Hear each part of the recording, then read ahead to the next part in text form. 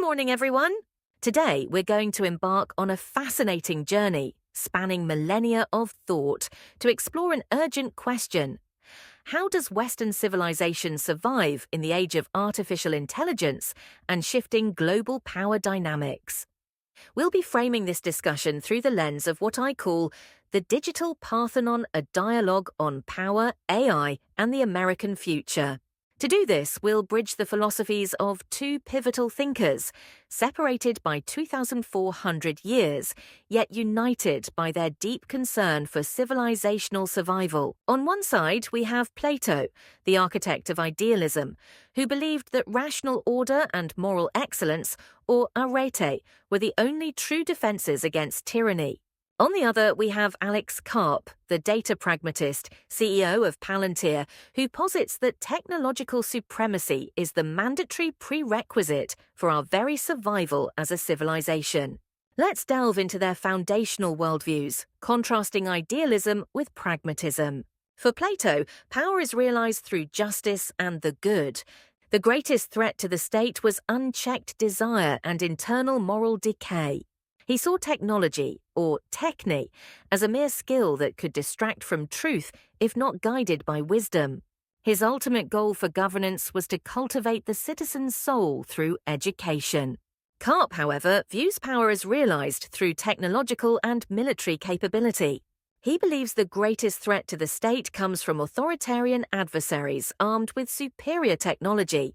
For him, technology is the mind's eye that reveals objective truth and ensures survival. The ultimate goal of governance, in Karp's view, is to maintain civilizational competitiveness and deter existential threats. This brings us to our first battleground, the anatomy of power. Plato famously warned that power without justice is tyranny. He argued that unrestrained strength, devoid of philosophical wisdom, inevitably corrupts the state. Karp, in direct contrast, contends that justice without power is a myth. He posits that when facing adversaries intent on your destruction, moral superiority alone cannot defend the Republic. The core of this debate hinges on whether power is the inherent result of a just society, or if it is, in fact, the shield that allows a just society to exist in the first place. Karp's perspective offers a modern redefinition of Bugukgang Byong, the concept of a rich nation, strong army. He outlines a virtuous cycle where technological innovation generates economic wealth, which in turn funds defense capabilities, ultimately leading to civilizational competitiveness. His argument is that this cycle, where tech companies generate the wealth that builds unmatched defense platforms, is the modern embodiment of a just and secure state. Now, let's move to our second battleground, the democracy paradox and the cycle of decay. Plato presented a grim prognosis for democracies. He outlined a four-tier cycle beginning with unchecked desire, the pursuit of endless wealth, which leads to oligarchy rule by the rich and widening inequality. This then devolves into mob rule, driven by the volatile, fickle demands of the masses, before inevitably collapsing into tyranny. From Plato's perspective, the noise, commercialism, and shifting factions of modern America are not signs of freedom, but rather dangerous vulnerabilities. He believed that democracy inherently lacks a philosophical compass, making it susceptible to decay. However, Karp offers a potent rebuttal, seeing this chaos as a feature, not a bug, the very engine of innovation. What looks like mob rule to an ancient philosopher is, in his view, actually a massive intake valve for innovation. The volatility and open markets generate technological breakthroughs. A rapid tolerance for failure fosters dynamic self-correction, which, coupled with the ability to attract global genius and capital, creates an unstoppable cycle. For Karp, the noise of democracy is not a weakness, but the sound of the system constantly rewriting its own code to survive and thrive. This leads us to a crucial macro investment thesis for American hegemony. We invest in the United States not because it is perfect, but precisely because it possesses the unique and dynamic capacity to rewrite its own code. The ultimate bet on American technology is fundamentally a bet on the resilience of its democratic volatility. Authoritarian systems are rigid and brittle, making them susceptible to collapse. Democratic systems, while noisy, are highly adaptive, allowing them to overcome challenges and continuously innovate. Our third battleground confronts the threat of the algorithmic tyrant. Here, Plato's concept of techni-skill without moral direction becomes critically relevant. Plato warned that if algorithms are granted autonomy to dictate state action, they become entities without a soul. They lack the capacity to understand the good, the fundamental moral principles that should guide society. The profound risk is technology transitioning from a subordinate tool of the state to the ultimate master of human destiny. Karp offers a solution to this dilemma, proposing the stack of the guardian AI as the mind's eye.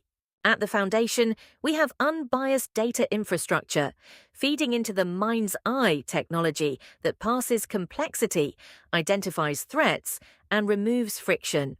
Crucially, at the apex is the human guardian, representing the philosopher king, providing institutional control, moral reflection, and final decision-making authority.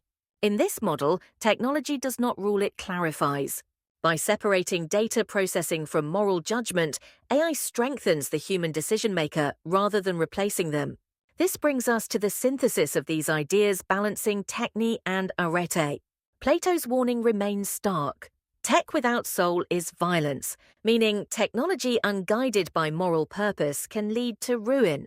But Karp's reality is equally uncompromising. Soul without tech is impotence.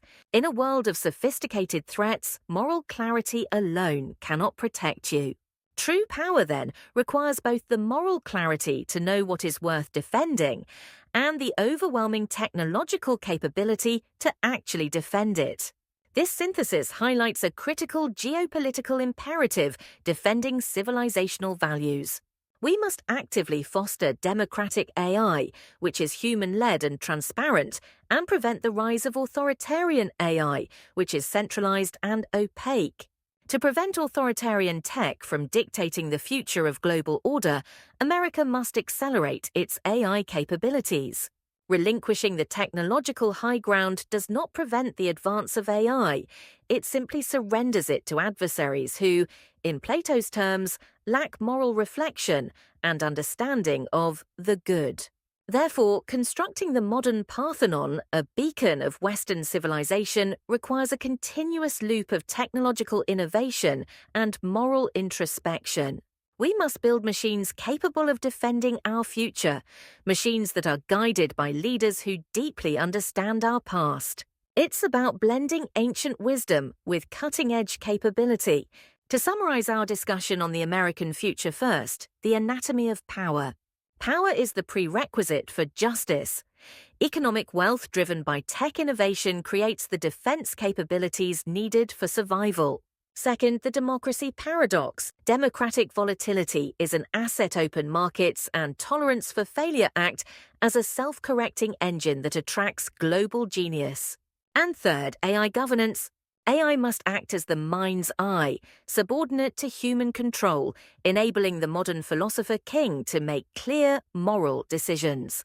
The verdict is clear: investing in American tech hegemony is an existential requirement. We must pair overwhelming technological supremacy with profound moral reflection to effectively defend our civilizational values.